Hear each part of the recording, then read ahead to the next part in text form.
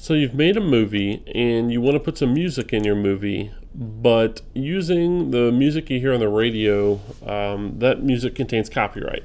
So there's a lot of issues being able to use that information or use those songs in your movie. You have to ask for artist permission and a whole bunch of caveats that you have to jump through that make it really, really difficult. So a really great alternative is a website called FreeplayMusic.com. They have thousands and thousands, 15,000 in fact, songs that you can use, the majority of which have no vocals, so it works great for background songs. And you can download it and use it all for free in videos being used for education. So when you start, you can go to FreeplayMusic.com. They do have a new interface that they've been testing out. I personally don't care for that interface as of yet, so I would close that up. Do not use the beta. I've had some issues getting that to work just right. So I would go ahead and X that out, and this is what FreeplayMusic.com looks like. So you can search Freeplay Music, but you're not going to be able to search for words or musicians or artists that you're familiar with. You probably aren't going to know any of the artists that are in FreeplayMusic.com. But the really cool thing is when you search, it lets you search by either instruments. So if I know specific instruments I want, I can search for that. Or my favorite part is I can search by feelings.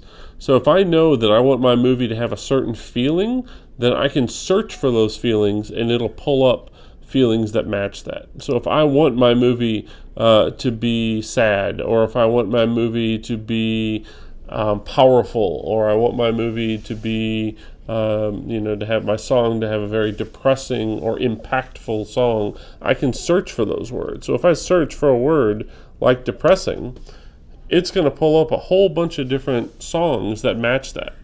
So this here is one page of, in this case, 3 different pages, 10 songs per page.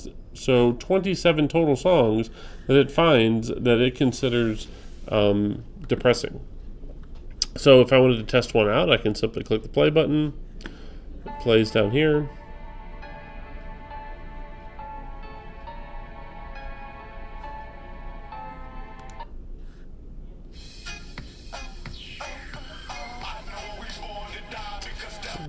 Whole variety of different music. So let's say this one right here is the one I want. Pause it. So I'm going to add this to my cart, just like I was going to buy something at the store. And once I add something to my cart, and I can add multiple things to a cart if I want, there's a shopping cart logo up here at the top. That's what I want to click on. When I click on the shopping cart logo, it's going to ask me here to choose a license type. I can either do that individually, song by song, or if I have a whole bunch of songs here, I can change it and apply it to all of them at one time. But what you want here is you want in-classroom use for education. All right, if I was going to use this song in a television commercial, it'll cost me up to $250 to buy this song to be able to use it for that purpose. So you need to make sure that you set this to classroom use, and then you have to quote-unquote buy it for $0.00. So as long as I've set that, I proceed to checkout. Now it's going to ask for an email address. So I can go ahead and put an email address in. I would just use your school email address. And once you hit confirm, it's going to ask you just for your first and last name. I type in my first and last name, and then I have to hit accept. If I don't accept their terms, this just simply says that, yeah, I promise I'm using this for the classroom use like I said I was. If I decline it, then it will cancel out my purchase, which is not what I want. So I go ahead and click accept. And then the big part here is it will change now to show next to each song will now have a download button. That's what I want. So when I click download, it is now going to download this song to my computer, and it's probably going to put it in your downloads folder or wherever you have downloads set to be to go to. Now, because of how Freeplay Music works, a lot of times they are going to give you a folder, and in this case, it gives me a folder called Butterfly.